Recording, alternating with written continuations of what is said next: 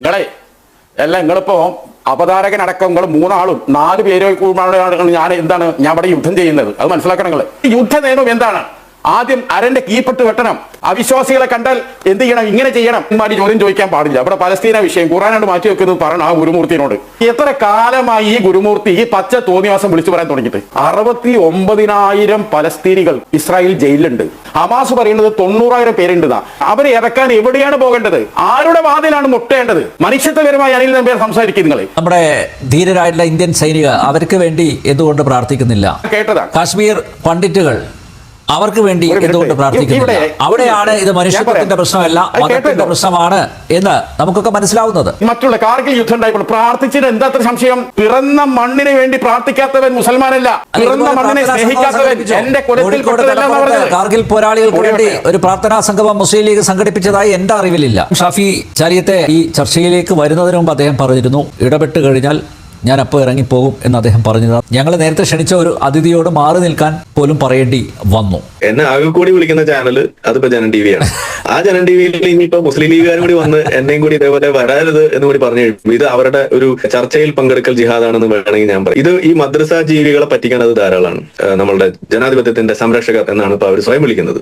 അപ്പൊ ഇത് നമ്മൾ പറയുമ്പോൾ അവർ എടുക്കില്ല, അവർ പറയണ മാത്രം എടുക്കാൻ പറയുള്ളൂ എന്ന് പറഞ്ഞാൽ അത് പള്ളി പറഞ്ഞാൽ മതി. ഇനി അടുത്ത വെള്ളിയാഴ്ച വരുന്നുണ്ടല്ലോ, അന്ന് പോയി പറഞ്ഞോട്ടെ.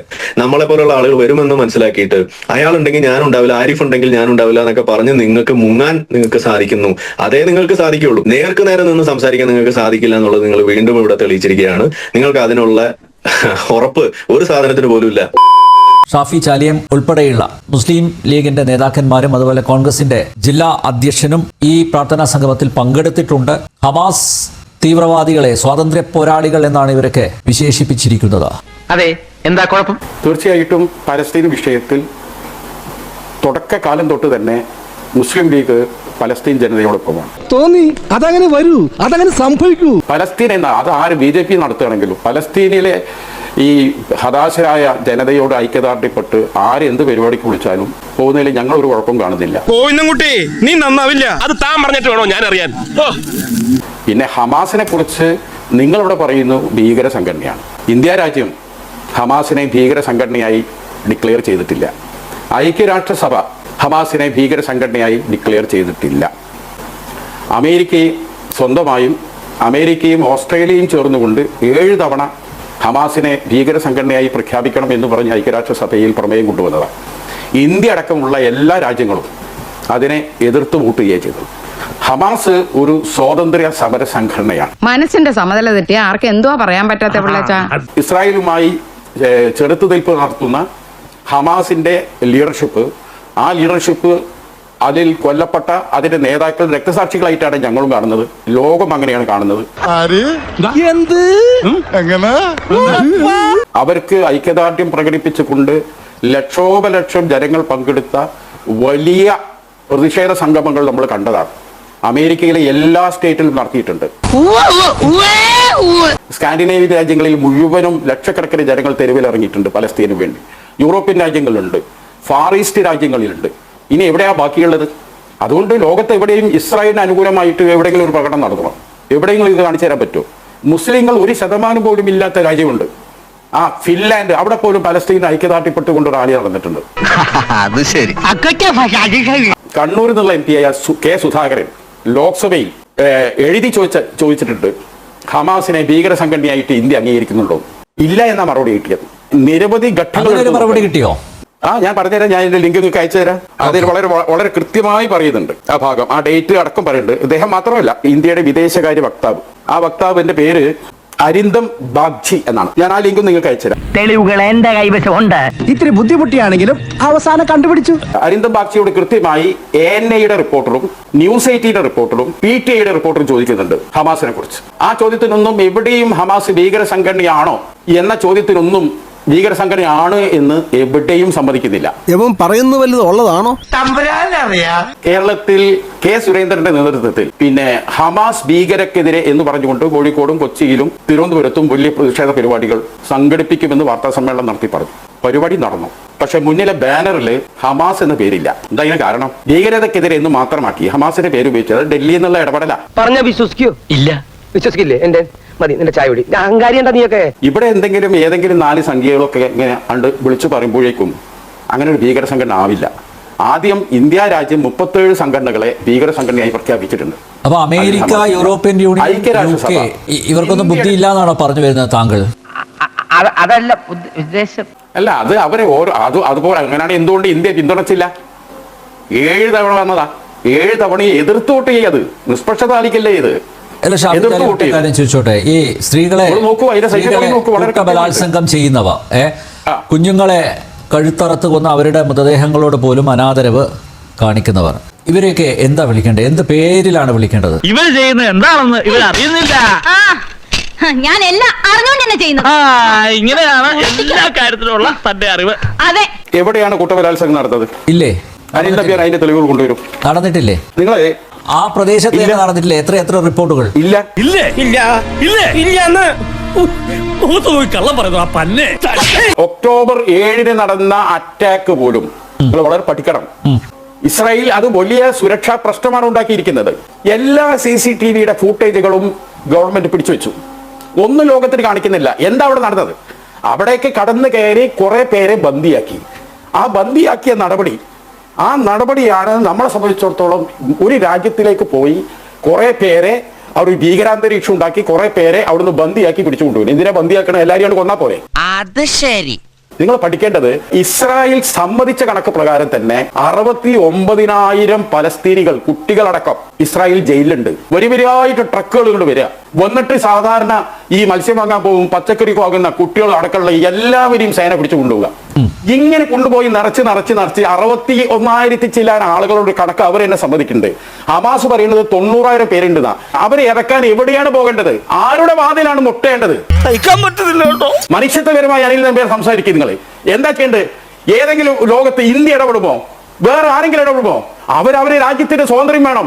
വേറെ എന്താണ് അവരുടെ ആവശ്യം? നമ്മൾ ഇന്ത്യൻ സ്വാതന്ത്ര്യ സമരത്തിൽ നമ്മൾ നടത്തിയിട്ടില്ലേ? പോലീസ് സ്റ്റേഷൻ പൊളിച്ചിട്ടില്ലേ? റെയിൽവേ പാലം തകർത്തിട്ടില്ലേ? ഈ കൂട്ടബലാത്സംഗം, അതുപോലെ കുട്ടികളെ കൊന്നൊടുക്കൽ, ഇതൊക്കെ സ്വാതന്ത്ര്യ സമരത്തിന്റെ ഭാഗമായിട്ടാണോ നടക്കുന്നത്? കൂട്ടബലാത്സംഗം നടത്തിയ ഞാൻ പറഞ്ഞുതരാം ഒരൊറ്റ കാര്യം. കൂട്ടബലാത്സംഗം നടത്തിയ ഈ വാർത്ത, ആ വാർത്ത ഞാൻ മനസ്സിലാക്കണം, CNN TV ആണ്, CNN ആണ് കൊടുത്തത്. ഇല്ലാത്ത വീഡിയോ ആണ്, കള്ള വീഡിയോ ആണ്.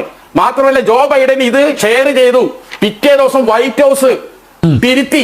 എല്ലാം നോക്കൂ നിങ്ങൾ, എല്ലാം ക്രിയേറ്റഡ് ആണ്. അത് മാത്രമല്ല, വിക്കിപീഡിയയിൽ ഹമാസിന്റെ പ്രവർത്തനം ഏത് തരത്തിലാണ് എന്ന് കൃത്യമായിട്ട് രേഖപ്പെടുത്തിയിട്ടുണ്ട്. ഇനി വിക്കിപീഡിയയെ നിങ്ങൾ അവിശ്വസിക്കുകയാണെങ്കിൽ എനിക്കൊന്നും പറയാനില്ല. 2 അതിഥികൾ കൂടെ വന്നിട്ട് എനിക്ക് അവരിലേക്ക് പോകണം. അല്ല, വിക്കിപീഡിയ എന്താ പിന്നെ ചോദിക്കേണ്ട ആവശ്യമില്ലല്ലോ.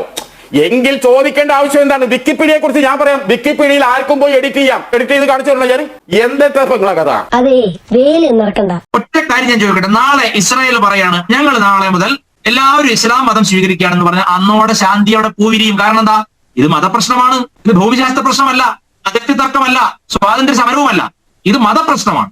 ഒരുവൻ ഇസ്ലാമിൽ ചേരുന്നത് വരെ അവനോട് പരുഷമായി പെരുമാറുക, അവന്റെ കണ്ടെത്തിയെടുത്ത് വെച്ചെല്ലാം വെട്ടിക്കൊല്ലുക, സന്ധിതോറും വെട്ടുക, അവനുവേണ്ടി പതിയിരുന്ന് ആക്രമിക്കുക എന്ന് പറഞ്ഞ മതബോധനമാണ് ഇതിന്റെ ഉള്ളിൽ കിടക്കുന്നത്. ഇത് സ്വാതന്ത്ര്യ സമരമല്ല, ഇത് മതസമരമാണ്. സത്യത്തിന്റെ മുഖത്ത് നോക്കി കൊഞ്ഞനം കുത്തരുതാ ബാവ. കൊഞ്ഞനം കുത്തൂല്ലടാ മോനെ. ഷഫി ചാലി, ഞാൻ കുറെ വീഡിയോസ് അങ്ങോട്ട് ഇട്ടിട്ടുണ്ട്, താങ്കൾ അത് കണ്ടു കാണും. അതൊന്നും ഈ ദൃശ്യമാധ്യമത്തിലൂടെ കാണിക്കാൻ കൊള്ളില്ല. അതുകൊണ്ടാണ് താങ്കളുടെ ശ്രദ്ധയിലേക്ക് അയച്ചത്. ഇനി എന്തെങ്കിലും തെളിവുകൾ വേണമെങ്കിൽ ഞാൻ ഇനിയും തെളിവുകൾ അയക്കാൻ തയ്യാറാണ്. ഇതെല്ലാം നിങ്ങൾ ആദ്യം ഇസ്രായേൽ എന്ന രാഷ്ട്രത്തെ കുറിച്ച് നിങ്ങൾ എന്താ മനസ്സിലാക്കിയത്? ഇസ്രായേലിന്റെ മാതിരി ഇത്ര വ്യാജ നിർമ്മിതി നിങ്ങൾ ഈ കാണിച്ചൊരു വീഡിയോ ഉണ്ടല്ലോ, ഇത് വ്യാജ നിർമ്മിതിയാണ്, ഷൂട്ട് ചെയ്ത് ഉണ്ടാക്കിയതാണ്. വളരെ കൃത്യമായി പറഞ്ഞു, എന്നെ പറ്റിച്ചതാണ്, എന്നെ വഞ്ചിച്ചതാണ്, ഇത് കളവാണ്. കേക്കി അല്ല, അത് മൊത്തം നിങ്ങൾ സീരിയസ് ആയിട്ട് വല്ലതും പറയുമ്പോ ചിരിക്കല്ലേ? ഇതെന്താ കൊള്ളക്കാരെ പോലെ പൊട്ടിച്ചിരിക്കണേ? ഹമാസ് ബന്ദികളാക്കി വെച്ചവരെ കുറെ വിട്ടല്ലൊപ്പം. ആ വിട്ട ബന്ദികൾ പറഞ്ഞു ഹമാസിനെ കുറിച്ചിട്ട് എന്താ പറഞ്ഞത്? ചുംബനം കൊടുത്തിട്ടാണ് ആ ബന്ദികൾ പോരുന്നത്. അവിടുത്തെ ഹിബ്രു ഭാഷയിൽ അവർ പറഞ്ഞു, ഞങ്ങളെ സഹോദരന്മാരെ ഞങ്ങളെ പോറ്റി, ഞങ്ങൾക്ക് നല്ല ഭക്ഷണം തന്നു, ദിവസവും ഞങ്ങളെ ഡോക്ടർ വന്ന് പരിശോധിക്കും, നഴ്സുമാരോട് പരിഗണന, സന്തോഷമായിരുന്നു, കരഞ്ഞുകൊണ്ടാ വിരിഞ്ഞത്. ആ ബന്ദികൾക്ക് കൊടുത്തത്. ഉദ്ദേശമൊക്കെ മനസ്സിലായി, എന്നാൽ ഒന്നുകൂടി വ്യക്തമായി പറയാം. നിങ്ങളിപ്പോൾ നേരത്തെ ചില കാര്യങ്ങളൊക്കെ ചൂണ്ടിക്കാണിച്ചല്ലോ. കാർഗിൽ പോരാടിയ നമ്മുടെ ധീരരായിട്ടുള്ള ഇന്ത്യൻ സൈനികർ, അവർക്ക് വേണ്ടി എന്തുകൊണ്ട് പ്രാർത്ഥിക്കുന്നില്ല? ഞാൻ പറയാം ഞാൻ കേട്ടതാ. കാശ്മീർ പണ്ഡിറ്റുകൾ, അവർക്ക് വേണ്ടി എന്തുകൊണ്ട് പ്രാർത്ഥിക്കുന്നില്ല? അവിടെയാണ് ഇത് മനുഷ്യത്വത്തിന്റെ പ്രശ്നമല്ല, മതത്തിന്റെ പ്രശ്നമാണ് എന്ന് നമുക്കൊക്കെ മനസ്സിലാവുന്നത്. കയ്യിന്ന് പോയടാ ചാർലി. ഇപ്പൊ ഇവിടെ ഒരു 20 മിനിറ്റ് നേരം മറ്റേ ഗുരുമൂർത്തി എന്ന പാനലിസ്റ്റ് ഇവിടെ സംസാരിച്ചല്ലോ. അത് ഏതൊക്കെ വഴിക്ക് പോയി, കാശ്മീരിൽ പോയി, അവിടെ പോയി, മലപ്പുറത്ത് വന്ന് ഇവിടെ പൂക്കോട്ടൂരൊക്കെ തിരിഞ്ഞു കളിച്ച് അല്ലേ, എന്തെല്ലാം പറഞ്ഞു. ഇങ്ങനെ ഖുർആന്റെ വിമർശനം, വിശുദ്ധ ഖുർആനിലെ ആളെ ജൂതനെയും ക്രിസ്ത്യനെയും കൊല്ലാൻ പറഞ്ഞിട്ടുണ്ട്. അത് എല്ലാ കാലത്തേക്ക് നിങ്ങൾ ആലോചിച്ച് നോക്കൂ. ഖുർആനിലെ ഓരോ ആയത്തുകളും ഓരോ സന്ദർഭങ്ങളിൽ ഇറങ്ങിയതാണ്. അതാണ് നിങ്ങൾ പഠിക്കേണ്ടത്. മുഹമ്മദ് എന്ന പ്രവാചകൻ ചോദിക്കുമായിരുന്നു, എന്നെ ആക്രമിക്കുന്നു, എന്നെ വിടാതെ പിടിയും, ഞാൻ എന്ത് ചെയ്യണം? വിഷയത്തിൽ നിന്ന് തെന്നി മാറുന്നു. നമുക്ക് വിഷയത്തിലൂടെ രക്ഷപ്പെടാൻ പറയുന്നു. അല്ല ഈ ഗുരുമൂർത്തി ഇത്ര പറഞ്ഞപ്പോൾ ഉണ്ടാവുത്തരുന്നല്ലേ നിങ്ങള്? അപ്പൊ ഖുർആനെ കുറിച്ച് ഇങ്ങനെ ഒരു വിമർശനം വന്നാൽ എനിക്ക് പറയാനുള്ളത് എന്താ? ഞാനൊരു ഖുർആനിൽ വിശ്വസിക്കുന്ന ഒരു മുസൽമാനാ. എനിക്ക് അതിന് മറുപടി വരാൻ അവസരം തരില്ലെങ്കിൽ അത് പ്രേക്ഷകരെ അറിയും. എല്ലാം ഉമ്മാടി ചോദ്യം ചോദിക്കാൻ പാടില്ല. ഇവിടെ പലസ്തീന വിഷയം ഖുർആനാണ് മാറ്റി വെക്കുന്നത് പറയണം ആ ഗുരുമൂർത്തിനോട്. അയാൾ ഇത്ര പറഞ്ഞ അവസ്ഥക്ക് നിങ്ങൾ എനിക്കതിന് മറുപടി തരാൻ നിങ്ങൾ ബാധ്യസ്ഥ, സമയം തരാൻ നിങ്ങൾ ബാധ്യസ്ഥനാണ്. നിങ്ങൾക്ക് വേണം മൈക്ക് ഓഫ് ആക്കിയാൽ പോകാം. പക്ഷെ ഞാനത് പറയും, ഞാൻ വളരെ ഗുരുമൂർത്തി പറഞ്ഞ ഈ കാര്യത്തിൽ മറുപടി കൊടുക്കേണ്ട ബാധ്യത തുടങ്ങിയത് ഞാൻ പറയും. എല്ലാത്തിനും നിങ്ങളിപ്പോ അവതാരകനടക്കം നിങ്ങൾ 3 ആളും 4 പേരോ ഞാൻ ഇവിടെ യുദ്ധം ചെയ്യുന്നത്. അത് മനസ്സിലാക്കണം നിങ്ങള്. ഞാൻ ഈ ഖുർആനെ കുറിച്ച് ഇയാളെ പറഞ്ഞ കാര്യം വളരെ വേഗത്തിൽ 2 മിനിറ്റോടെ ഇയാൾ മറുപടി പറയും. അതൊന്നും നിങ്ങൾ കേൾക്കൂ. പ്രവാചകൻ ദൈവത്തോട് ചോദിച്ചു, എനിക്ക് യുദ്ധം ചെയ്ത് പരിചയമില്ല, യുദ്ധത്തിൽ എന്തൊക്കെയാണ് സമീപനിക്കേണ്ടത് എന്നത് ചോദിച്ചപ്പോൾ ഖുർആനിലെ ഓരോ ആയത്തായിട്ട് ഇറങ്ങി. സ്ത്രീകളൊന്നും ചെയ്യാൻ പാടില്ല, കുട്ടികളൊന്നും ചെയ്യാൻ പാടില്ല. ഖുർആൻ മുഹമ്മദിനെയും ശത്രുക്കളെയും വിശ്വാസികളും അവിശ്വാസികളും എന്ന രീതിയിലാണ് വിളിച്ചത്. അവിടെ ഹിന്ദുക്കളൊന്നുമില്ല. ഇവിടെ ഈ സൗദി അറേബ്യയിൽ അവിടെ ഇസ്ലാം സ്വീകരിച്ചവരെ വിശ്വാസികളായിട്ടും സ്വീകരിക്കാത്ത ഖുറൈശി പടയെ അവിശ്വാസികൾ എന്ന് വിളിച്ചു. എല്ലാ ക്രിസ്ത്യാനികളും ജൂതകളൊന്നുമല്ല. എന്നിട്ട് യുദ്ധ നിയമം എന്താണ്? ആദ്യം അരന്റെ കീപ്പെട്ട് വെട്ടണം. അവിശ്വാസികളെ കണ്ടാൽ എന്ത് ചെയ്യണം? ഇങ്ങനെ ചെയ്യണം. ഈ അടവൊക്കെ ഇവർ എപ്പോ പഠിച്ചടേ? ഇത് അടവല്ല, ബ്രേക്ക് ഇട്ടപ്പോ കൈവിട്ട് പോയതാണ്. ആ അവിശ്വാസികൾ ഖുറൈശി കൂട്ടമാണ്, അറബികളാണ്, റസൂലിനെ കൊല്ലാൻ വന്നവരാണ്. അതെടുത്തിട്ട് ആ അവിശ്വാസികൾ ഇവിടുത്തെ ഹിന്ദുക്കളാണ് അല്ലെങ്കിൽ ഇവിടുത്തെ ക്രിസ്ത്യാനികളാണെന്ന് പറഞ്ഞ് എത്ര കാലമായി ഈ ഗുരുമൂർത്തി ഈ പച്ച തോന്നിവാസം വിളിച്ചു പറയാൻ തുടങ്ങിയിട്ട്? അതൊന്നോട് അവസാനിപ്പിക്കുക. മറ്റുള്ള കാർഗിൽ യുദ്ധം ഉണ്ടായപ്പോൾ പ്രാർത്ഥിച്ചിട്ട് എന്താ അത്ര സംശയം? പിറന്ന മണ്ണിന് വേണ്ടി പ്രാർത്ഥിക്കാത്തവൻ മുസൽമാനല്ല, പിറന്ന മണ്ണിനെ സ്നേഹിക്കാത്തവൻ എന്റെ കുലത്തിൽ കാർഗിൽ പോരാളികൾക്ക് വേണ്ടി ഒരു പ്രാർത്ഥനാ സംഗമം മുസ്ലിം ലീഗ് സംഘടിപ്പിച്ചതായി എന്റെ അറിവിലില്ല. ഞാൻ ഇത്ര സമയം ഷാഫി ചാലിയത്തെ കേട്ടിരുന്നത് ഈ ചർച്ചയിലേക്ക് വരുന്നതിന് മുമ്പ് അദ്ദേഹം പറഞ്ഞിരുന്നു, ഇടപെട്ട് കഴിഞ്ഞാൽ ഞാൻ അപ്പോൾ ഇറങ്ങിപ്പോകും എന്ന് അദ്ദേഹം പറഞ്ഞത്. ഇതാണ് ബായിഷായണ്ണന്റെ കാര്യം. വെട്ടൊന്നും മുറി 2, എന്നിട്ട് ഒരു മുറി പുള്ളി താമസിക്കും, മറ്റേ മുറി വാടക കൊടുക്കും. അതുകൊണ്ടാണ് ഇതൊക്കെ കേട്ടുകൊണ്ടിരുന്നത് ഇത്രയും സമയം. ഞങ്ങൾ നേരത്തെ ക്ഷണിച്ച ഒരു അതിഥിയോട് മാറി നിൽക്കാൻ പോലും പറയേണ്ടി വന്നു. ചെറിയ മക്കളുമായി ഷാഫി ചാലിയം ഇത്രയും കാര്യങ്ങൾ പറഞ്ഞു. എന്ത് മനസ്സിലാക്കുന്നു അതിൽ നിന്ന്? ഇനി എന്റെ ഒരു കൂന്തളിക്കലുണ്ട്. അതായത് ജനാധിപത്യ സംവിധാനങ്ങൾ, അതിന്റെ മൂല്യങ്ങളൊക്കെ ഉയർത്തിപ്പിടിക്കുക. പിന്നെ ഇടയ്ക്കിടയ്ക്ക് പോക്കറ്റിൽ നിന്ന് മറ്റേ പുസ്തകം ഉണ്ടല്ലോ, കോൺസ്റ്റിറ്റ്യൂഷൻ, അതിങ്ങനെ പൊക്കി കാണിക്കുന്ന പാർട്ടിയുടെ മുതലാളി. ഇങ്ങനെയുള്ള ആളുകൾ യഥാർത്ഥത്തിൽ കൊണ്ടു നടക്കുന്നത് എന്താണ്? അത് ഇത്തരത്തിലുള്ള ജനാധിപത്യ വിരുദ്ധതയാണ് എന്നും കൂടിയാണ് ഇവിടെ നമ്മൾ കാണുന്നത്. ഇവനെയൊക്കെ നന്നാക്കാൻ നോക്കുന്ന അണ്ടർവെയറിൽ നീലം മുക്കുന്ന വരെ പോലെ എന്നെ ആകെ കൂടി വിളിക്കുന്ന ചാനൽ അതിപ്പോ ജനൻ ടി വിയാണ്. ആ ജനൻ ടി വിയിൽ ഇനിയിപ്പോ മുസ്ലിം ലീഗുകാരും കൂടി വന്ന് എന്നെയും കൂടി ഇതേപോലെ വരാരുത് എന്ന് കൂടി പറഞ്ഞു കഴിയും. ഇത് അവരുടെ ഒരു എന്താ പറയാ, ചർച്ചയിൽ പങ്കെടുക്കൽ ജിഹാദാണെന്ന് വേണമെങ്കിൽ ഞാൻ പറയും. കാരണം നമ്മളെപ്പോലുള്ള ആളുകളോട് വരാതിരിക്കാൻ വേണ്ടിയിട്ട് അവർ വരുന്നു. അത് വെച്ചുകൊണ്ട് ഇത് തടയുന്നു. ഇതാണ് അവിടെ കാണുന്നത്. സത്യത്തിൽ ഇത് ശരിയല്ല എന്നുള്ളതാണ് ചർച്ച ജിഹാദ്. അതാണ്. ഇനി ഇത് നമ്മൾ പുറത്തുനിന്ന് കേട്ടു, പറയാനുള്ള കാര്യങ്ങൾ പുറത്തുനിന്ന് നമ്മൾ കേട്ടിരുന്നു. എന്തുമാത്രം നുണയാണ് അദ്ദേഹം പറഞ്ഞു വെച്ചുകൊണ്ടിരിക്കുന്നത്. സ്വന്തം ഇഷ്ടത്തിന് തട്ടിവിടുന്ന നാക്കെടുത്താ പറയൂ. ഇത് ഈ മദ്രസ ജീവികളെ പറ്റിക്കാൻ അത് ധാരാളമാണ്. അത്ര എനിക്ക് പറയാനുള്ളൂ. മദ്രസ ജീവികളെ പറ്റിച്ച് ഇതുപോലെ ഒരു രാഷ്ട്രീയ പാർട്ടി ഉണ്ടാക്കി അതിന് മുസ്ലിം ലീഗ് എന്ന് പേരിട്ടിട്ട് എന്നിട്ട് നാട്ടുകാരെ വീണ്ടും പറ്റിച്ചുകൊണ്ടിരിക്കുകയാണ് വോട്ട് പിടിക്കുന്നതിന്റെ പേരിൽ. ഉളുപ്പുണ്ടടാ ചക്കണക്ക്. ഇതിവിടെ നടക്കുന്നു. അപ്പൊ അത് വരുമ്പോ അതിന് മറുപടി വരുന്ന ആളുകൾ ഇവിടെ ഉണ്ടാകുമ്പോൾ അവരെ ചർച്ചയിൽ നിന്നും തടയാനും കൂടി അവർ മുന്നോട്ട് വരികയാണ്. എന്നിട്ട് അവർ പറയുന്നത്, അവർ സ്വയം വിളിക്കുന്നത് അവരാണ് വിമൽകുമാർ, നമ്മളുടെ ജനാധിപത്യത്തിന്റെ സംരക്ഷകർ എന്നാണ് ഇപ്പൊ അവർ സ്വയം വിളിക്കുന്നത്. ഞാൻ ഇതുവരെ പറഞ്ഞില്ല എന്നേ ഉള്ളൂ.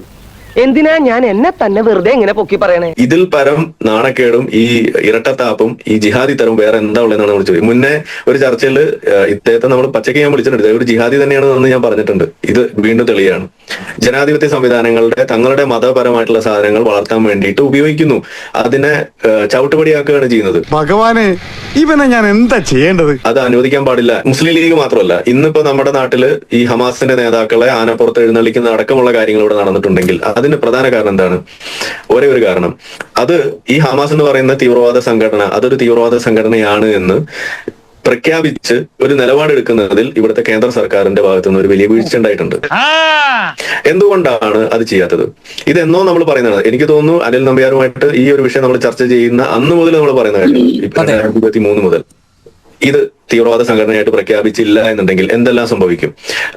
സംഭവിക്കുന്നതിന്റെ കാരണങ്ങൾ നമ്മൾ അന്ന് പറഞ്ഞത്, കൂടുതൽ മുസ്ലിങ്ങൾ തീവ്രവാദികളായിട്ട് മാറും, കൂടുതൽ മുസ്ലിങ്ങൾക്ക് തീവ്രവാദ പ്രവർത്തനത്തിന്റെ രുചി അറിയാൻ കഴിയും, കൂടുതൽ മുസ്ലിങ്ങളായിട്ടുള്ള ആളുകൾ തീവ്രവാദ പ്രവർത്തനം അല്ലെങ്കിൽ അത്തരം റാഡിക്കലൈസ്ഡ് ആയിട്ടുള്ള ആളുകളോടൊപ്പം ചേർന്ന് നിന്ന് പ്രവർത്തിക്കാനുള്ള ഒരു അവസരം ഉണ്ടാകുമ്പോൾ അവർ പതിയെ പതിയെ ഇത് നോർമലൈസ് ചെയ്യുന്ന ഒരു അവസ്ഥയിലേക്ക് പോവുകയാണ്. ഇതൊന്നും ഇത്ര വലിയ സംഭവമല്ല. ഇനി ഇതിനെതിരെ പറയുന്ന ആളുകൾ മുഴുവൻ മറ്റ് ചാപ്പകൾ, സംഘിച്ചാപ്പ അതല്ലെങ്കിൽ മറ്റു പല ചാപ്പകളും കൊടുത്തുകൊണ്ട്, മറ്റ് പല ചാപ്പയൊന്നുമില്ല, സംഘിച്ചാപ്പ മാത്രമേ ഉള്ളൂ, അത് കൊടുത്തുകൊണ്ട് അവരെ ഒതുക്കുന്നു. മനുഷ്യൻ ഇത്രക്ക് ചീപ്പാവും. അതെ, അത് തന്നെ എനിക്കും പറയാനുള്ളത്. മനുഷ്യനാണല്ലേ ഇത്രക്ക് ചീപ്പാവാൻ പാടില്ല. അങ്ങനെ ഒതുക്കി ഈ വിഷയത്തെ എതിർ പറയുന്ന ആളുകളെയും നിശബ്ദരാക്കി കഴിയുമ്പോൾ യഥാർത്ഥത്തിൽ ഈ പ്രശ്നം ഉണ്ടാക്കുന്നത് ആരാണ്? അത് ഈ മത തീവ്രവാദികൾ അല്ലെങ്കിൽ മതരാഷ്ട്രവാദികൾ. അവരുടെ ലക്ഷ്യം അത് എളുപ്പമാക്കാൻ വേണ്ടിയിട്ട് ഈ മോഡറേറ്റ് ആയിട്ടുള്ള അല്ലെങ്കിൽ ഈ നിഷ്കളങ്കരായിട്ടുള്ള അല്ലെങ്കിൽ ഇതിനെക്കുറിച്ചൊന്നും ഒരു ധാരണയില്ലാത്ത വെറും മദ്രസ ജീവികളായിട്ടുള്ള ആളുകളെ ഇതിനു വേണ്ടി ഉപയോഗിക്കുന്നു. ഇതാണ് നമ്മളിവിടെ കാണുന്നത്. ഇത് തടയണമെങ്കിൽ എന്താ വഴി? ഈ തരം സംഘടനകളെ നമ്മൾ കൃത്യമായിട്ട് അവിടെ വരച്ചിടണം. ഇത് തീവ്രവാദ സംഘടനയാണ്. ഏതുപോലെ പോപ്പുലർ ഫ്രണ്ടിനെ ചെയ്തതുപോലെ നമ്മൾ അന്നും പറയുന്നത് അത് തന്നെയാണ്. പോപ്പുലർ ഫ്രണ്ടിനെ നിരോധിച്ചത് എന്തുകൊണ്ട് നന്നായി എന്ന് നമുക്ക് പറയാൻ കഴിയുന്നത്, അത് ചെയ്തതുകൊണ്ട് മാത്രമാണ്. അവരുടെ ആക്ടിവിറ്റീസ് അത് എത്ര മുന്തിയ സാധനമാണെങ്കിലും അവര്, നിങ്ങൾ ശ്രദ്ധിച്ചിട്ടുണ്ടോ, നിങ്ങൾക്ക് അറിയുന്നതാണല്ലോ, അതായത് അവരിടുന്ന പേരുകൾ എന്താണ്? വെൽഫെയർ പാർട്ടി അല്ലെങ്കിൽ എന്താണ് ഐഡിയൽ സോളിഡാരിറ്റി, ഐഡിയൽ വേൾഡ്, അങ്ങനെ അങ്ങനെ ഈ ഇംഗ്ലീഷ് വാക്കുകളൊക്കെ ഇട്ട് കഴിയും. ഇത് കേൾക്കുമ്പോൾ നമ്മൾ വിചാരിക്കുക എന്തോ വളരെ എന്താണ് സ്വച്ഛ ശാന്ത സുന്ദരമായ എന്തോ സാധനമാണെന്ന് നമ്മൾ ധരിക്കും. പക്ഷെ യഥാർത്ഥത്തിൽ അതിന്റെ പിന്നിൽ മത തീവ്രതയും മത രാഷ്ട്രവാദവുമാണ് ഒളിപ്പിച്ചു കിടത്തുന്നത്. അപ്പോ ആ ഒരു സംഗതി അങ്ങനെയല്ല എന്ന് പറഞ്ഞ് പഠിപ്പിക്കുന്നതിനേക്കാൾ എളുപ്പം എന്താണ്? ഇതിന്റെ എല്ലാം കാരണക്കാരായിട്ടുള്ള ആ സംഘടനയെ ഒറ്റയടിക്ക് ബാൻ ചെയ്യാന്നുള്ളതാണ്. ഇവിടെ ഷാഫി ചാലി പറഞ്ഞ ഏതെങ്കിലും ആളുകൾ അങ്ങനെ ചെയ്തിട്ടുണ്ടല്ലോ. ആ ചെയ്തതിന്റെ പേരിലാണല്ലോ, അതിനെ സപ്പോർട്ട് ചെയ്തു എന്നതിന്റെ പേരിൽ ഒരു PhD കാരിയായ ഒരു ഇന്ത്യൻ സ്വദേശിയായിട്ടുള്ള ഒരാളെ അവിടെ നാട് കടത്തുന്ന ഒരു അവസ്ഥ ഉണ്ടായത്. അവര് നാട് വിട്ട് സ്വയം ഓടേണ്ടി വന്നത് എന്തിനാണ്? ഈ പറയുന്ന ഹമാസിനെ പിന്തുണച്ചു എന്നതിന്റെ പേരിലാണ്. അപ്പോ അവിടെ US അത് എന്താണ് പ്രോസ്ക്രൈബ്ഡ് ആയിട്ടുള്ള ഒരു ടെറർ ഓർഗനൈസേഷൻ ആണ് ഹമാസ്. കാനഡയിൽ അങ്ങനെയാണ്, അതുകൂടാതെ മറ്റു പല സ്ഥലങ്ങളിലും അങ്ങനെയാണ്, UK അങ്ങനെയാണ്, ഓസ്ട്രേലിയയിൽ അങ്ങനെയാണ്, ജപ്പാനിൽ അങ്ങനെയാണ്, പല രാജ്യങ്ങളും അത് ചെയ്തു വെച്ചിരിക്കുന്നു. ഇവിടെ പറയുന്നത് അവിടെ ഇനിയിപ്പോ ആരും തന്നെ തീവ്രവാദ സംഘടനയായിട്ട് പറഞ്ഞിട്ടില്ല എന്നും കൂട്ടാം. എന്നാലും അവർ ചെയ്യുന്ന ആക്ടിവിറ്റി വെച്ചിട്ട് അത് തീവ്രവാദ സംഘടനയാണോ അല്ലയോ അല്ലെങ്കിൽ തീവ്രവാദമാണോ അല്ലയോ വ്യാജ വീഡിയോകളാണെന്നാണല്ലോ ഷാഫി ചാലിയത്തിന്റെ വാദം. അതെ, അദ്ദേഹം പറഞ്ഞു എല്ലാം വ്യാജ വീഡിയോ ആണെന്ന്.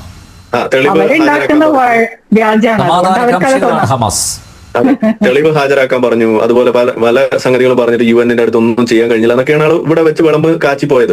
നോണ പറച്ചിലല്ലേ തന്റെ തൊഴിൽ തന്നെ. എനിക്ക് അദ്ദേഹത്തോടും കൂടി ചേർത്ത് പറയാനുള്ളത്, തെളിവ് ഹാജരാക്കിയിട്ടുണ്ട്. പ്രത്യേകിച്ച് ഇപ്പോ ഹോസ്റ്റേഴ്സ് ആയിട്ട് പിടിച്ചുകൊണ്ട് പോയ ആളുകൾ തിരിച്ചു വന്നതിന് ശേഷം അവർ നേരിട്ട് UN-ലും അതുപോലെ മറ്റു പല സ്ഥലങ്ങളിലും വേദികളിലും ചെന്ന് അവർ കാര്യങ്ങൾ പറയുകയും അവരുടെ അനുഭവങ്ങൾ പങ്കുവെക്കുകയും ചെയ്തുകൊണ്ടിരിക്കുകയാണ്. ഒന്നത്. രണ്ട്, അതല്ലാതെ തന്നെ അതിന് മുന്നേ ഉള്ള മെഡിക്കൽ സഹായം കൊടുത്തു. മാത്രമല്ല വരുന്ന സമയത്ത് കെട്ടിപ്പിടിച്ച് ഉമ്മ കൊടുത്തിട്ടാണ് പറയുന്നത്. അതെ, അത് ഞാൻ പറഞ്ഞല്ലോ, നമ്മുടെ ജോസഫ് മാസ്റ്റർ കൈയും കാലും വെട്ടിയെടുത്തതിന് ശേഷം ചോര കൊടുത്തു എന്ന് പറയുന്നതിന് അത്രേ ഉള്ളൂ അതിന്റെയൊക്കെ വാല്യൂ. അറിയാവുന്ന പോലെ സാർ കാര്യങ്ങളൊക്കെ ചെയ്യാൻ പറ്റും. എന്നെ കഷ്ടല്ലേ, കോമൺ സെൻസ് ഇല്ലാത്തതിന്റെ കുഴപ്പേ. ഇത് തീവ്രവാദികൾ പറയുമ്പോൾ ഇത് ഏറ്റെടുക്കുന്ന ആളുകളായിട്ട് ഇവിടുത്തെ മുസ്ലിം ലീഗ് വരുമ്പോൾ ഈ മുസ്ലിം ലീഗും ഈ തീവ്രവാദ സംഘടനകളും തമ്മിൽ പിന്നെ എന്താ വ്യത്യാസം? മുസ്ലിം ലീഗ് എന്ന് പറയുന്ന ഒരു തീവ്രവാദ സംഘടന തന്നെയാണ് എന്ന് നമ്മൾ പറയേണ്ടി വരുന്നത് അതുകൊണ്ടാണ്. ഇവര് പറഞ്ഞല്ലോ നേരിട്ട് കണ്ടറിഞ്ഞ, ഞാനും നേരിട്ട് കണ്ടറിഞ്ഞ ആളാണ്. ഈ പറയുന്ന ഇസ്രായേലിൽ ഞാൻ പോയിട്ടുള്ളതാണ്. ഈ കിബിറ്റ്സുകളിൽ അവിടെ ഈ ഹമാസ് തീവ്രവാദികൾ വന്ന് ആക്രമിക്കുന്ന സമയത്ത് അവിടെ ഉണ്ടായിരുന്ന ആളുകളുമായിട്ട് നേരിട്ട് സംസാരിച്ച ആളാണ് ഞാൻ. അവർ നേരിട്ട് നമ്മളോട് പറഞ്ഞ വീഡിയോ ഇപ്പോഴും എന്റെ ചാനലിൽ കിടപ്പുണ്ട്. എന്താ അവർ പറഞ്ഞത്? ആ ആക്രമിക്കാൻ വന്ന കൂട്ടത്തിൽ ഈ തീവ്രവാദികളോടൊപ്പം കുട്ടികളുണ്ടായിരുന്നു, സ്ത്രീകളുണ്ടായിരുന്നു. അവരായിരുന്നു അവർക്ക് പശ്ചാത്തല സൗകര്യവും പിൻബലവും കൊടുത്തുകൊണ്ടിരുന്നത്. അതായത് ഇവർ കൊള്ള മുതൽ അവിടുന്ന് പിടിച്ചുകൊണ്ട് വരും, പെൺകുട്ടികളെ കെട്ടിയിട്ട് കൊണ്ടുവരും. എന്നിട്ട് അത് ഈ ഒരു വീട്ടിൽ കൊണ്ട് കിബുട്സ് നിറോസ് എന്ന് പറയുന്ന ആ കിബുട്സിൽ ഇവരുടെ വീട്ടിൽ സബിതയും അതുപോലെ മീരയും ജീവിച്ചിരുന്ന ആ കിബുട്സിൽ കൊണ്ടുവന്നിടുമ്പോ ആ സ്ഥലത്ത് അവിടെ കുട്ടികൾ വരുന്നു, അവിടെ സ്ത്രീകൾ വരുന്നു, കളിക്കുന്നു, ചിരിക്കുന്നു, അവർ ഒച്ചയും പാട്ടും കേൾക്കുന്നു. ഇത് കഴിഞ്ഞതിന് ശേഷം ഇവരെ കൊണ്ടുപോകുന്ന സമയത്ത് അവിടെയും ഇവർ കേട്ടത് എന്താണ്? ആർപ്പ് വിളികള്, സന്തോഷം, അള്ളാഹു അക്ബർ വിളി. ആരാ വിളിക്കുന്നത്? അവിടുത്തെ കുട്ടികൾ, അവിടുത്തെ സ്ത്രീകള്. ഇത് അവിടെ സംഭവിച്ച കാര്യമല്ലേ? അപ്പൊ ഇത് നമ്മൾ പറയുമ്പോൾ അവർ എടുക്കില്ല, അവർ പറയണ മാത്രം എടുക്കാൻ പറയുള്ളൂ എന്ന് പറഞ്ഞാൽ അത് പള്ളി പറഞ്ഞാൽ മതി. അടുത്ത വെള്ളിയാഴ്ച വരുന്നുണ്ടല്ലോ, അന്ന് പോയി പറഞ്ഞോട്ടെ. അല്ലാതെ ഇതുപോലുള്ള സംഗതികളൊന്നും പറഞ്ഞിട്ട് ആളുകളെ പറ്റിക്കാമെന്ന ആ തെറ്റിദ്ധാരണ ഷാഫി ജാലിയനത്തിന് ഉണ്ടെങ്കിൽ അത് മടക്കി 10 മടക്കി കൈവച്ചാൽ മതി. ആ കാലമൊക്കെ കഴിഞ്ഞിട്ടുണ്ട്. അപ്പൊ നിങ്ങൾക്ക് അങ്ങനെ പറയുമ്പോൾ തിരിച്ച് മറുപടി ഉണ്ടാകുമെന്ന് അറിഞ്ഞിട്ട് നമ്മളെ പോലുള്ള ആളുകൾ വരുമെന്ന് മനസ്സിലാക്കിയിട്ട് അയാൾ ഉണ്ടെങ്കിൽ ഞാൻ ഉണ്ടാവില്ല, ആരിഫ് ഉണ്ടെങ്കിൽ ഞാൻ ഉണ്ടാവില്ല എന്നൊക്കെ പറഞ്ഞ് നിങ്ങൾക്ക് മുങ്ങാൻ നിങ്ങൾക്ക് സാധിക്കുന്നു. അതേ നിങ്ങൾക്ക് സാധിക്കുള്ളൂ. അല്ലാതെ നേർക്ക് നേരെ നിന്ന് സംസാരിക്കാൻ നിങ്ങൾക്ക് സാധിക്കില്ല എന്നുള്ളത് നിങ്ങൾ വീണ്ടും ഇവിടെ തെളിയിച്ചിരിക്കുകയാണ്. നിങ്ങൾക്ക് അതിനുള്ള ഉറപ്പ് ഒരു സാധനത്തിന് പോലും ഇല്ല എന്നും കൂടി നിങ്ങളോട് തെളിയിച്ചിരിക്കുകയാണ്. അപ്പൊ അതുകൊണ്ട് ഞാൻ ഷാഫി ജാലിയത്തിനൊക്കെ വെല്ലുവിളിക്കുകയാണ്. നിങ്ങൾ ഇതുപോലെ പറഞ്ഞു വെക്കുന്ന ഈ ഹമാസ് തീവ്രവാദികളെ ഒക്കെ സപ്പോർട്ട് ചെയ്യുന്ന കാര്യങ്ങൾ നിങ്ങൾക്ക് ധൈര്യമുണ്ടെങ്കിൽ നിങ്ങൾ നേർക്ക് നേരെ വന്നിരുന്ന് നമ്മളോട് സംസാരിക്കും. എന്താണ് അവർ ചെയ്ത തീവ്രവാദ പ്രവർത്തനം എന്ന് അതിന്റെ തെളിവുകൾ വെച്ച് നമ്മൾ പറഞ്ഞുതരും. ഇനി എല്ലാം പോട്ടെ, ഇനിയിപ്പോ തീവ്രവാദ പ്രവർത്തനം ഒന്നും നടത്തിയില്ല, അവർ സ്വാതന്ത്ര്യ സമര പോരാളികളാണെന്ന് പറയുന്നത്. ഏത് കോപ്പിലെ സ്വാതന്ത്ര്യ സമരം എന്നാണ് ഞാൻ ചോദിക്കുന്നത്? എന്തിനു വേണ്ടിയിട്ടുള്ള സ്വാതന്ത്ര്യ സമരം? അവിടെ ഭരിച്ചോണ്ട് അവിടെ ഒരു കറക്ഷൻ ഉണ്ട്. ഇങ്ങനെ ഒരു കുരിപ്പിനെ ഞാൻ കണ്ടില്ലല്ലോ. ഇതിന് നീ ഇപ്പൊ ഉണ്ടാക്കിയതാണോ? ഒരു രാജ്യത്തിന് വേണ്ടിയിട്ടുള്ള സംഗതിയാണ് അവരിവിടെ സ്വാതന്ത്ര്യ സമരത്തിൽ ചെയ്ത്. മുസ്ലിം ലീഗാണ് രാജ്യം പിളർത്തി പാകിസ്ഥാൻ ഉണ്ടാക്കി പോയത്. അതാണ് അപ്പൊ ഇസ്ലാമിക രാജ്യം. അവരെ പോയിന്റ് ശരിയാ. അതെ, അത് ഞാൻ പറഞ്ഞു വന്നത് തന്നെയാണ്. അതായത് ഏത് കോപ്പിലെ സ്വാതന്ത്ര്യത്തിന് വേണ്ടിയിട്ട് നിങ്ങൾ അവിടെ ജൂതരാഷ്ട്രം പാടില്ല, river to sea Palestine will be free എന്ന് പറയുമ്പോൾ നിങ്ങൾ സ്വാതന്ത്ര്യ സമരം എന്ന് പറഞ്ഞ് അവിടെ ഒളിച്ചു കിടത്തുന്നത് യഥാർത്ഥത്തിൽ ജൂത ഉന്മൂലനമാണ്. അത് ജൂസിന്റെ ജനോസൈഡാണ്. അതിനോട് നമുക്ക് യോജിക്കാൻ കഴിയില്ല. നിങ്ങൾ എപ്പോഴെങ്കിലും ഈ 2 സ്റ്റേറ്റ് സൊല്യൂഷന് വേണ്ടി അവർ ഒരുമിച്ച് നിന്നതിന്റെ ഒരു തെളിവുകൾ എങ്കിലും കൊണ്ടുവരാം. അവരെ ചാർട്ടറിൽ പോലും എഴുതി വെച്ചിരിക്കുന്നത് Israel will be annihilated, Islam will obliterate Israel എന്ന് തന്നെയാണ് എഴുതി വെച്ചത്. ഇസ്ലാമിനെ തന്നെയാണ് അവിടെ പറഞ്ഞു വെച്ചത്, ഹമാസ് എന്നല്ല. അപ്പൊ അവിടെ പറഞ്ഞു വെക്കുന്നത് മതം തന്നെയാണ്. മതമാണ് ഇതിന് ഒരു വലിയ പ്രശ്നമായിട്ട് വിലങ്ങേറിയിട്ട് മാറി. ഇതൊക്കെ നമ്മൾ പറഞ്ഞു തരുന്ന കാര്യമാണ്. പക്ഷെ ഇതൊന്നും അറിയാത്ത മാതിരി വീണ്ടും നിങ്ങൾ മദ്രസ നിലവാരത്തിൽ കാര്യങ്ങൾ പറയുമ്പോൾ നിങ്ങളോട് മറിച്ച് തിരിച്ച് നമുക്ക് പറയാനുള്ളത് ഇതേ മദ്രസ നിലവാരത്തിലുള്ള കാര്യം തന്നെയായിരിക്കും. പട്ടിയുടെ വാല് 12 കാലം കൊള്ളിട്ടിട്ട് എന്താ കാര്യം? പട്ടിക്ക് കൂടി തോന്നണ്ടേ അത് നിവർത്തിയെടുക്കണോന്ന്? ഇന്ത്യയിൽ നിങ്ങളൊരു രാഷ്ട്രീയക്കാരനാവുമ്പോൾ നിങ്ങൾ മതേതരനാണ് എന്ന് കാണിക്കാൻ എന്താ വേണ്ടത്? നിങ്ങൾ ഹിന്ദുവിനെ കുറ്റം പറയാ, ഹിന്ദു ആചാരങ്ങളെ തള്ളി പറയാ. നിങ്ങൾ അതേപോലെ തന്നെ നിങ്ങളൊരു പുരോഗമനവാദിയാണെന്ന് കാണിക്കാനും എളുപ്പം അതാണ്. അതേസമയം നിങ്ങൾ വളരെയധികം മാനവിക മൂല്യവും അതുപോലെ മതസ്വാതന്ത്ര്യമൊക്കെ കൊടുക്കുന്ന ആളാണെന്ന് കാണിക്കാൻ എന്താ നിങ്ങൾക്ക് ചെയ്യാൻ പറ്റുക? അത് ഇസ്ലാമിനെ ചേർത്ത് പിടിക്കുക. അതായത് നിങ്ങൾ പുരോഗമനവാദിയാകാൻ നിങ്ങൾ ഒപ്പോസ് ഹിന്ദുയിസം, നിങ്ങൾ മതേതരനാകാൻ അപ്പീസ് ഇസ്ലാം. ഇത്രയേ ഉള്ളൂ അതിനകത്ത് വരുന്നത്. തുടങ്ങി വെച്ചത് നമ്മുടെ ഫാദർ ദിനേശനാണ്. നമ്മുടെ ഗാന്ധി തുടങ്ങി വെച്ചൊരു പാരമ്പര്യമാണത്. ഇസ്ലാമിനെ ചേർത്ത് നവഖാലിയിൽ ഹിന്ദുക്കൾ ആക്രമിക്കപ്പെട്ട് കൊല്ലപ്പെടുന്ന സമയത്ത് ഗാന്ധിജി പറഞ്ഞത് നിങ്ങൾ എല്ലാം മൗനമായി സഹിക്കുക. അവർ നമ്മളെ റേപ്പ് ചെയ്യപ്പെട്ട സ്ത്രീകളോട് പറയുന്നത് നിങ്ങൾക്ക് അവരോട് ക്ഷമിക്കുക എന്നാണ്. അപ്പൊ ഇങ്ങനെ ഒരു ഭീകരവാദത്തെ വളരെയധികം വെള്ളപൂശിയതിൽ കോൺഗ്രസ് വഹിച്ച പങ്ക് വളരെ വലുതാണ്. ഹിന്ദുക്കളെ സത്യം പറഞ്ഞാൽ പ്രതികരണമില്ലാത്ത വിഡ്ഢികളാക്കി മാറ്റിയത് കോൺഗ്രസിന്റെ ഏറ്റവും വലിയ സംഭാവനയാണ്. കുടുംബം കുളം തോന്നുന്ന തീരുമാനമല്ല മാഷേ. മതപരമായ കോൺഫ്ലിക്റ്റ് ആയതുകൊണ്ടാണ് ഇത് മാറ്റമില്ലാതെ തുടരുന്നത്. ഈ ക്രൂരതയെല്ലാം കാണിക്കുന്നത് ഒരു മതപരമായ കോൺഫ്ലിക്റ്റ് ആണ്. അതിനെ അങ്ങനെ വായിക്കരുത് എന്ന് പറയുന്നവർ 2 പേരാണ്. ഒന്ന് കമ്മ്യൂണിസ്റ്റ് പാർട്ടിക്കാരും 2 ഇസ്ലാമിസ്റ്റുകളും. അതാ പ്രകൃതം, എന്താ ചെയ്യാ, ഒരു ജന്മം. ഈ 2 കൂട്ടർക്കും ഏക ലക്ഷ്യമാണ്. ഇവർ 2 പേരും ഏതോ ഒരു പർട്ടിക്കുലർ പോയിന്റിൽ ഇവർ മീറ്റ് ചെയ്യുന്നുണ്ട്. അത് അപകടകരമായ ഒരു മീറ്റിംഗ് ആണ്. അതായത് ഇവിടെ ഈ ഇസ്ലാമിക തീവ്രവാദത്തെ എതിർക്കാൻ പാകത്തിനുള്ള ഒരു വളരെ വലിയ സമൂഹം ഇവിടെ ഉണ്ട്. അതിലൊരു വലിയ പങ്ക് ഇവിടുത്തെ ഈ സമാധാനപ്രിയരായ ദേശത്തെ സ്നേഹിക്കുന്ന മതത്തിന് അതീതമായിട്ട് ചിന്തിക്കുന്ന സെക്യുലർ ആയിട്ടുള്ള ഹിന്ദു മതവിശ്വാസികൾ തന്നെയാണ്. രണ്ടാമത് അതിലേക്ക് വന്നുകൊണ്ടിരിക്കുന്ന എക്സ് മുസ്ലിങ്ങളെ പോലെയുള്ള മറ്റു ഒരുപാട് ആളുകൾ മതത്തിൽ നിന്ന് പുറത്തേക്ക് വന്നുകൊണ്ടിരിക്കും. ഇത് രണ്ടും കൂടി ചേർന്ന് കഴിയുമ്പോൾ ഇതൊരു വലിയൊരു ഒരു സമൂഹമായിട്ട് മാറുകയും ഈ തീവ്രവാദത്തെ നമുക്ക് മാറ്റി നിർത്തി ഇതിനെ ഒറ്റപ്പെടുത്താനും നമുക്ക് സാധിക്കും. അങ്ങനെ ഒരു സാധിക്കുന്ന ഒരു വലിയൊരു നാട് അത് ലോകത്തുണ്ടെങ്കിൽ അത് ഇന്ത്യ മാത്രമായിരിക്കുന്നതാണ്. അതിന് കേന്ദ്രത്തിന്റെ ഇടപെടൽ വളരെ ആവശ്യമായിട്ടുള്ള സമയമാണ്. അതാണ് കാരണം നിങ്ങളെ പോലെയുള്ള ഹമാസിനെ ഭീകരവാദ സംഘടനയായിട്ട് പ്രഖ്യാപിക്കുക. പ്രഖ്യാപിച്ചാൽ മാത്രം മതി, ബാക്കിയൊക്കെ